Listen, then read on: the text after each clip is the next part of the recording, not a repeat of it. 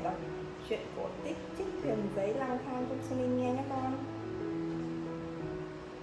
Đang miên man bỗng nhiên một tay nhỏ nhắn đỡ thuyền giấy. Để chị xem nào.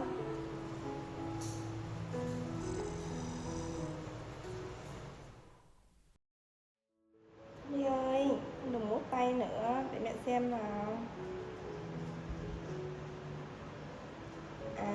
Để mẹ lấy điện thoại ra đọc truyện cho Sunny nghe nhé.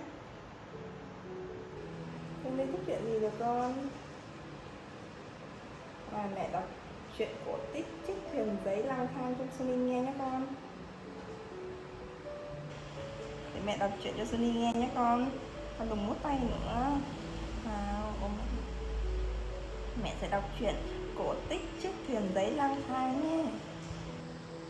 Trên một khúc sông nọ có một chiếc thuyền giấy màu trắng đang trôi theo chiều gió. Càng ngày càng xa, thuyền giấy đi đâu vậy nhỉ? Ngay cả nó đi đâu cũng không biết nữa. Lúc đó, nó chỉ muốn nhanh chóng rời khỏi nhà cậu bé Nhật Anh mà thôi. Trời đã tối, ánh nắng chiếu lên thuyền giấy nữa. Nó tựa vào một tảng đá ngầm và dừng lại nghỉ. Lúc đó một chú cá nổi lên, thổi bong bóng phập phùng và chào thuyền giấy. Chào bạn thuyền giấy, chào bạn cá nhỏ. Thuyền giấy lùi lại phía sau, nó có vẻ bị sợ cá ăn mất. Bạn từ đâu tới vậy? Cá hỏi. Tôi đã từng ở rất nhiều nơi, ví dụ như rừng rậm, nhà máy sản xuất giấy này, tàu hỏa, tiệm sách và cả của nhà bé Nhật Anh nữa. Thuyền giấy nhớ lại những nơi mình đã đi qua và tỏ ra buồn bã. Vậy tại sao bạn lại bỏ đến nơi đây? Cá nhỏ ngạc nhiên hỏi. Là giấy thì phải kết bạn với chữ, để mọi người viết đầy chữ lên người thì mới gọi là vinh quang. Thuyền giấy nói tiếp. Thế mà bé Nhật Anh lại không biết việc này. Mỗi trang giấy cậu ấy chỉ viết có vài chữ là vứt vào thùng rác rồi. So với các bạn của tôi thì tôi may mắn đấy. Bé Nhật Anh dùng tôi để gấp thuyền giấy, ném ra ngoài cửa sổ. Tôi bay theo chiều gió và lưu lạc đến con sông này đấy. Thuyền giấy buồn rầu nói. Đi đâu cũng được, chỉ cần không quay lại nhà bé Nhật Anh nữa là được. Thật là đáng thương. Cá thông cảm nói. Mặc dù nó không hiểu thế nào là vinh quang, đối với nó đây là một từ vô cùng rắc rối. Đúng lúc đó, cá nhớ đến một cô bé thường ngồi trên bãi cỏ ở bờ sông, cầm một cái bảng và bút màu để vẽ tranh. Mỗi tờ giấy qua tay cô bé đều trở nên vô cùng đẹp đẽ. Thế là nó bảo thuyền giấy ở lại khúc sông này mấy hôm nay để gặp cô bé kia, và sau đó hãy quyết định có theo cô bé về nhà hay không. 3 ngày sau, cô bé cầm bảng vẽ đến bên bờ sông. Nụ cười của cô bé đẹp như hoa vậy. Cô bé cẩn thận lấy ra một tờ giấy, nhẹ nhàng kẹp vào bảng. Tờ giấy phẳng phiu và sạch sẽ, không có một nếp gấp. Cô bé bắt đầu vẽ tranh. Mỗi bức tranh đều được vẽ kín trên mặt giấy. Mùi bút màu thơm lừng vang tỏi trong không trung. Thuyền giấy núp ở bên bờ sông nhìn lên, trong lòng thầm ngưỡng mộ của những tờ giấy trong tay cô bé. Đến đây nào anh bạn. Tờ giấy bên cạnh cô bé nhìn thấy thuyền giấy, bèn vui vẻ gọi tớ. Gió thổi vào những tờ giấy kêu xoạt xoẹt. Tôi cũng muốn đến lắm, nhưng mà thuyền giấy cúi đầu lý nhí nói. Nó nghĩ lại mấy vết mực nghịch ngọt mà bé Nhật Anh đã vẽ lên người nó. Làm sao cô bé có thể chấp nhận được nó chứ? Đang miên man bỗng nhiên một tay nhỏ nhắn đỡ thuyền giấy. Để chị xem nào. Sunny ngủ rồi con.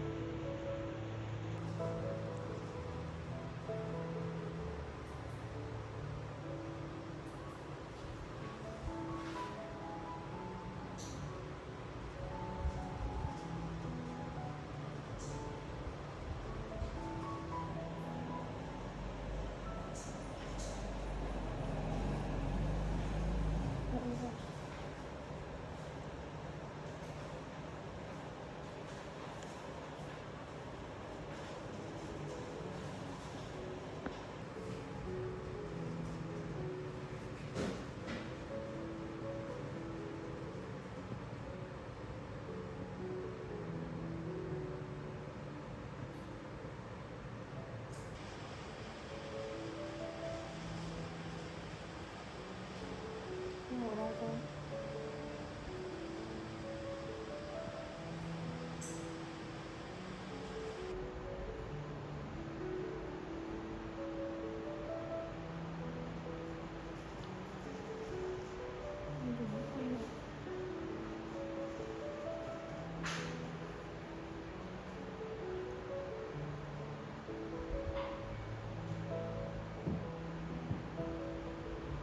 Không ngủ nè.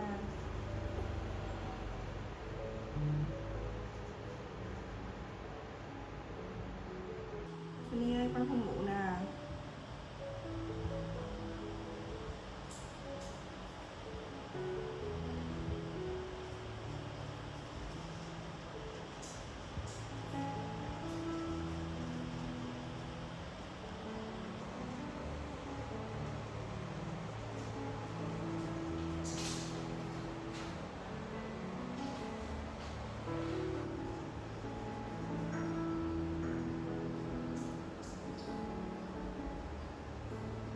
Để đồ chơi cho Sunny chơi nha con.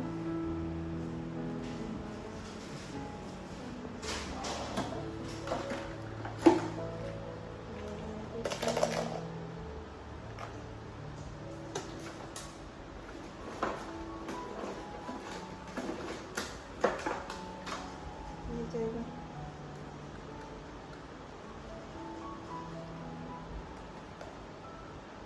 Sunny biết con này là bạn gì không? Bạn thỏ. Con cái này chơi này, mình lấy này chơi này. Nè, bạn này là bạn gì đây?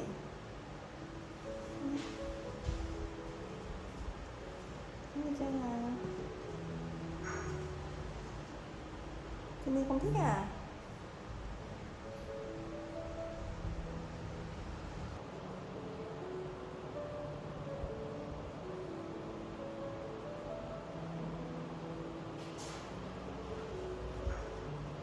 Giỏi quá ta, con đi chơi mẹ à con.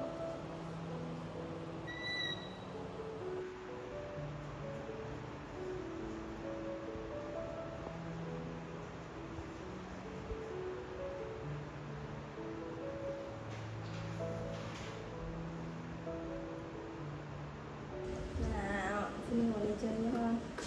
Mình giỏi lắm. Mình chơi đi.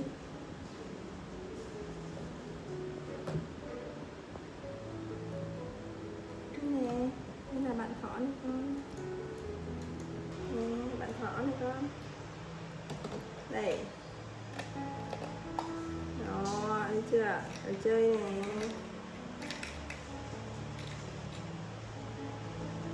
Con chơi đi.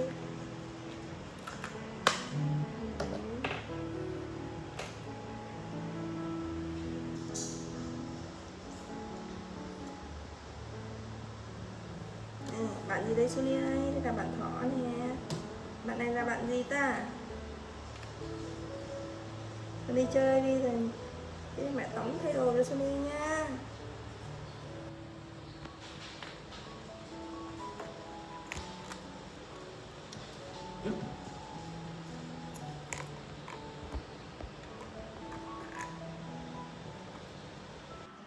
Chơi ngoan với con.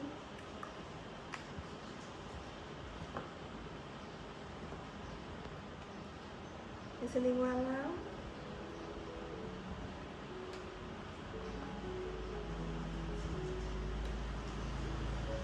Rồi, để mẹ bé Sunny đi tắm nữa nha con.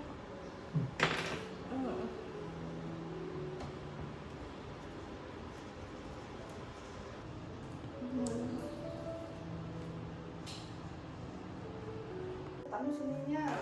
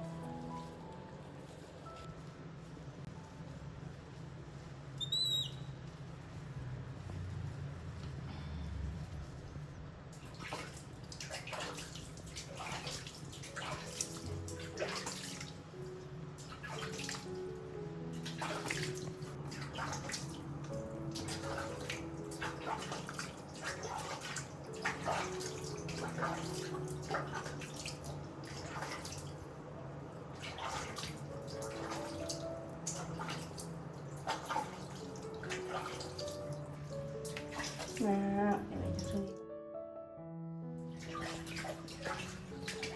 Nào, mẹ bắt tay nào Xuân ơi. Sao vậy con? Không chịu à?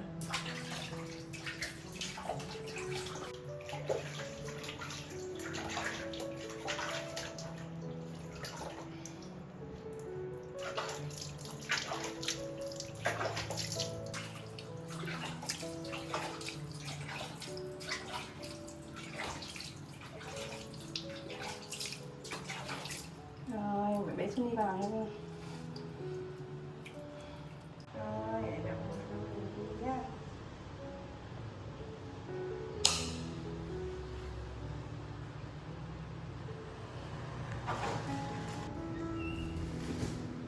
để mẹ đi nhá. Thơm quá.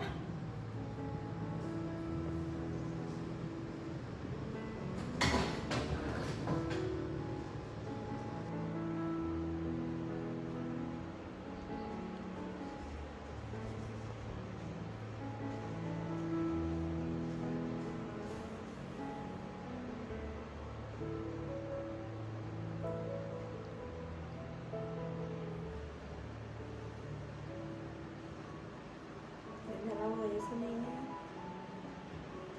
Đừng mốt con. Mình lớn rồi mà.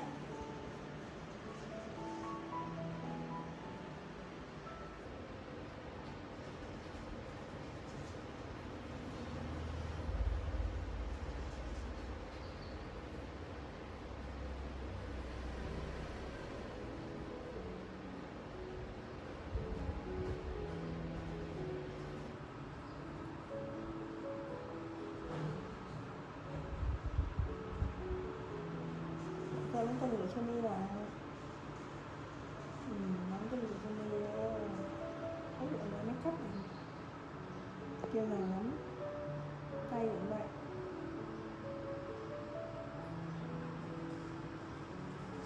Để mẹ mặc biển cho Sunny nha.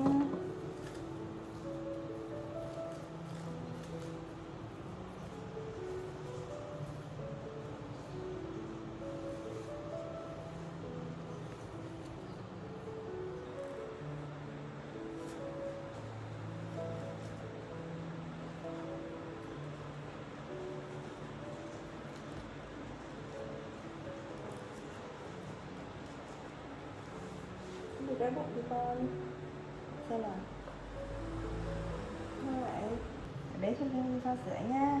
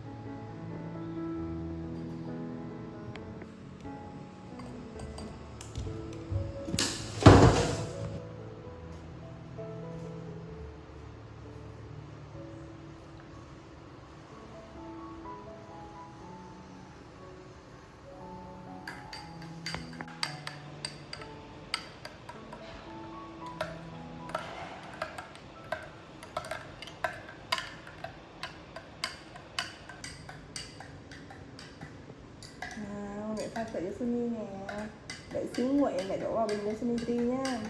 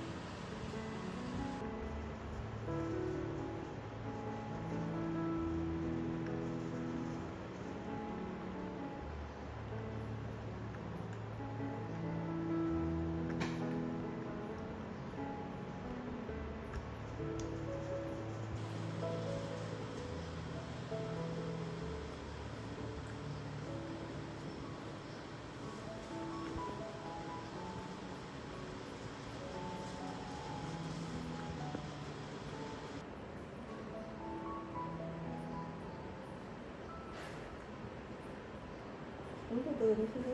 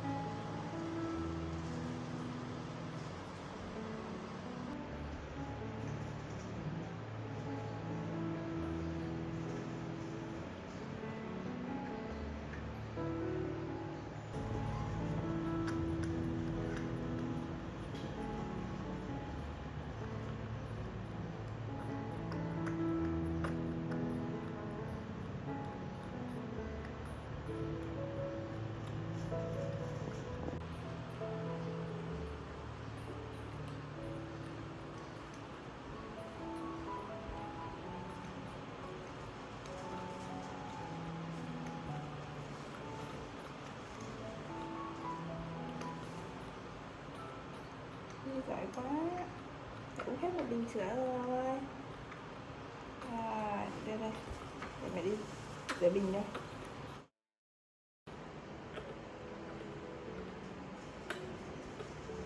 Rồi, để mẹ đi rửa bình cho con nhá.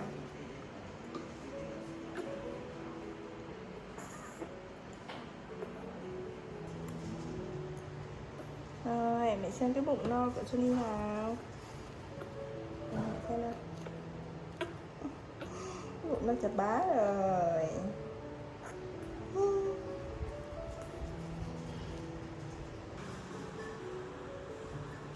Đây cho đi.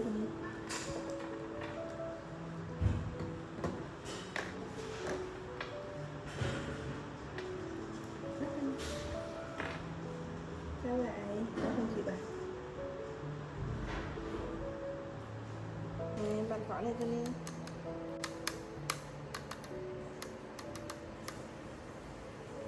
Bạn khỏi dễ thương không?